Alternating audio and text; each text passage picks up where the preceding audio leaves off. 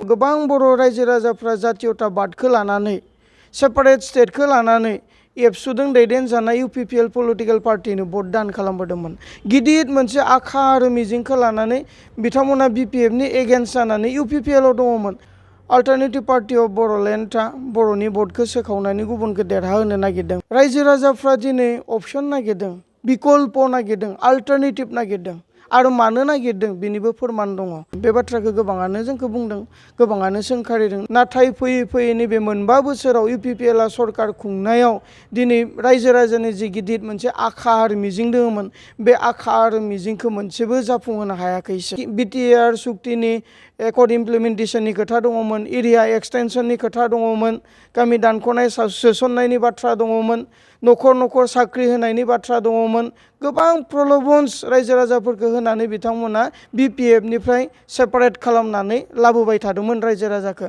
मोनबा बोसोर सरकार सालायनायाव बे रायजो राजानि जि मोनसे गिदिर आखा आरो मिजिं, बेखौ मोनसेबो जाफुंहोनो हायैनि थाखाय दिनै रायजो राजाफ्रा इउपिपिएल एबा ट्रेक्टर पार्टिखौ मुगैनो हाब्बाय। बिथांमोननि सायाव जेबो फोथायनाय गैला। बिथांमोना अपसन नागिरदों, नाथाय बिथांमोना 17 बोसोर बिपिएफनि एगेन्स्ट खालामबोनाय, बिथांमोना बिपिएफजोंबो थांनो लाजिनाय दङ। बिपिएफनि मैखोम दैदेनगिरि बिस्वजित दैमारि बिथाङा बिपिएफ नागारनानै बिजेपिआव जुगदान जादोंमोन। हाग्रामा महिलारि बिथां सारा हारसिङैनो नारा नाथा पार्टिखौ फोथांना लाखिनो थाखाय नाजाबाय थादों। दिनै जि थासारि, जोंनि उथिफुनाय सेंग्रा सिख्लाफोर जिबायदि ड्राग्स एडिक्टेड जाबोदों, जों जेब्ला हाथियार लानानै संग्राम खालामोमोन, बैखिनि समाव ड्राग्सआ जोंनि बिटिसिआव जायगा मोनाखैमोन। बैखिनि समाव सिखाव सिथुबा जोंनियाव खममोन। नाथाय जों जै सुक्ति खालामबाय, हाथियार गथायबाय, दिनै गामि गामि सिखाव सिथुबा बांबाय, ड्राग्स एडिक्टेडफोरा बांलांबाय। जों एनडिएफबि हारसिंनो समाजखौ बेबायदि जोङो हमथानानै लाखिनो हादोंमोनब्ला, फोसाबना लाखिनो हादोंमोनब्ला, फैबाय थानाय समाव जोङो पलिटिकेल पावाराबो जोंनि आखायाव थायोब्ला आरो बिटिसिनि 32 लाख रायजो राजाया जोंजों थाफायोब्ला, अब्ला जोङो खना खनि फोसाबनो हागोन। बेयो जोंहा मोनसे फोथायनाय दङ। बिनिखायसो जोङो अल्टारनेटिभ पार्टि अफ बर'लेण्डखौ सोरजिदों। थौले मेगनजों नायोब्ला आरो थौले गियानजों, थौले मेलेमजों नायोब्ला बेखौनो नुगोन जे अल्टारनेटिभ पार्टि अफ बर'लेण्डआ बर'नि भटखौ सोखावनानै गुबुनखौ देरहाहोनो नागिरदों। बे बाथ्राखौ गोबाङानो जोंखौ बुंदों, गोबाङानो सोंखारिदों। नाथाय गोथौ मेगनजों नाहरोब्ला जोङो बेखौ नुगोन जे रायजो राजाफ्रा दिनै अपसन नागिरदों, बिकल्प नागिरदों, अल्टारनेटिभ नागिरदों आरो मानो नागिरदों बेनिबो फोरमान दङ। जे गोलाव सम जेब्लानोखि बिपिएफआ 17 बोसोर पलिटिकेल पार्टि एबा बिटिसिखौ सासन खालामदोंमोन, बेखिनि समाव गोबां बर' रायजो राजाफ्रा जातीयताबादखौ लानानै सेपारेट स्टेटखौ लानानै एबसुजों दैदेनजानाय इउपिपिएल पलिटिकल पार्टिनो भट दान खालामबोदोंमोन।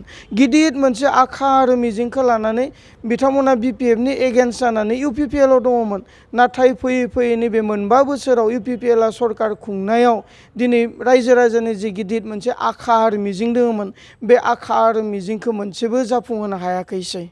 दिनै बिटिआर सुक्तिनि एकर्ड इमप्लिमेन्टेसननि खोथा दङमोन, एरिया एक्सटेनसननि खोथा दङमोन, गामि दानख'नाय सोसननायनि बाथ्रा दङमोन, न'खर न'खर साख्रि होनायनि बाथ्रा दङमोन।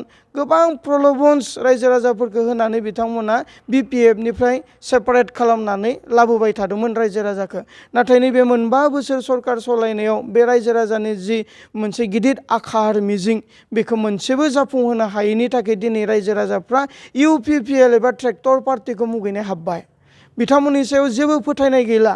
बिथांमोना अपसन नागिरदों, नाथाय बिथांमोना 17 बोसोर बिपिएफनि एगेन्स्ट खालामबोनाय, बिथांमोना बिपिएफजोंबो थांनो लाजिनाय दङ। गिथि गिथि बिथांमोना बिजेपिआव जुगदान जानो थाखाय बिथांमोना थांखि लादोंमोन। नाथाय जों नैबे बिकल्प political party alternative party of बर'लेण्डखौ जोनोम होनाय लोगो लोगोनो बिथांमोना मोनसे राहा लामाखौ मोन्दों आरो बिथांमोना जोंजों फैदों। जों गाथेदोंसो, हमथानोसो हादों। बेराफारसेथिं बिपिएफखौबो जोङो नायहरनो हायो। थांनाय काउन्सिल इलेक्सनाव बिपिएफनि मैखोम दैदेनगिरि बिस्वजित दैमारि बिथाङा बिपिएफ नागारनानै बिजेपिआव जुगदान जादोंमोन। आरो बे सासेल' दैदेनगिरिया बिजेपिआव थांनाय लगे लगेनो बिपिएफआ मेजिक नाम्बार मोननानै सरकार दानो हायासै।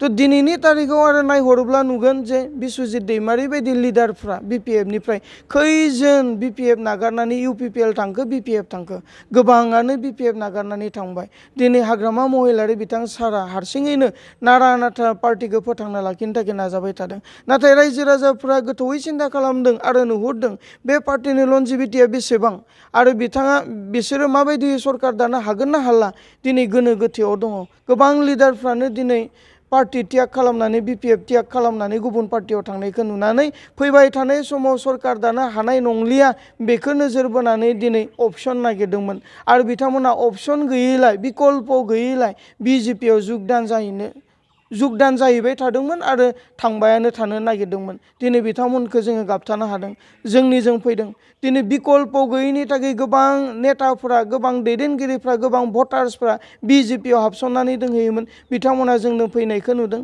दा बिनिखाय जोङो सोरखौबा देरहाहोनो थाखाय अल्टारनेटिभ पार्टी अफ बड'लेण्डखौ जोङो दायाखै जोङो गावनो खुंथाय गोहोआव फैनो थाखाय जोंनि समस्याफोरखौ समाधान खालामनो थाखाय रायजोनि गांनाय उखैनायखौ सुफुंनो थाखाय समाजनि खामानि मावनो थाखाय जों दिनै अल्टारनेटिभ पार्टी अफ बड'लेण्डखौ सोरजिदों जेब्ला जोङो आखायाव हाथियार लानानै संग्राम खालामोमोन बैखिनि समायाव जोङो दिनैनि थासारिखौ नुवाखैमोन दिनै जि थासारि जोंनि उथिफुनाय सेंग्रा सिख्लाफोर जिबायदि ड्राग्स एडिक्टेड जाबोदों जों जेब्ला हाथियार लानानै संग्राम खालामोमोन बैखिनि समायाव ड्राग्सआ जोंनि बिटिसिआव जायगा मोनाखैमोन बैखिनि समायाव सिखाव सिथुबा जोंनियाव खममोन नाथाय जों जै सुक्ति खालामबाय हाथियार गथायबाय दिनै गामि गामि सिखाव सिथुबा बांबाय ड्राग्स एडिक्टेडफोरा बांलांबाय बेबायदि समस्याफोरखौ जोङो नुबाय दा फैबाय थानाय समायाव थांनाय जि समफोराव जों एनडिएफबि हारसिंनो समाजखौ बेबायदि जोङो हमथानानै लाखिनो हादोंमोनब्ला फोसाबना लाखिनो हादोंमोनब्ला फैबाय थानाय समायाव जोङो पलिटिकेल पावाराबो जोंनि आखायाव थायोब्ला आरो बिटिसिनि 32 लाख रायजो राजाया जोंजों थाफायोब्ला अब्ला जोङो खना खनि फोसाबनो हागोन बेयो जोंहा मोनसे फोथायनाय दङ बिनिखायसो जोङो अल्टारनेटिभ पार्टी अफ बड'लेण्डखौ सोरजिदों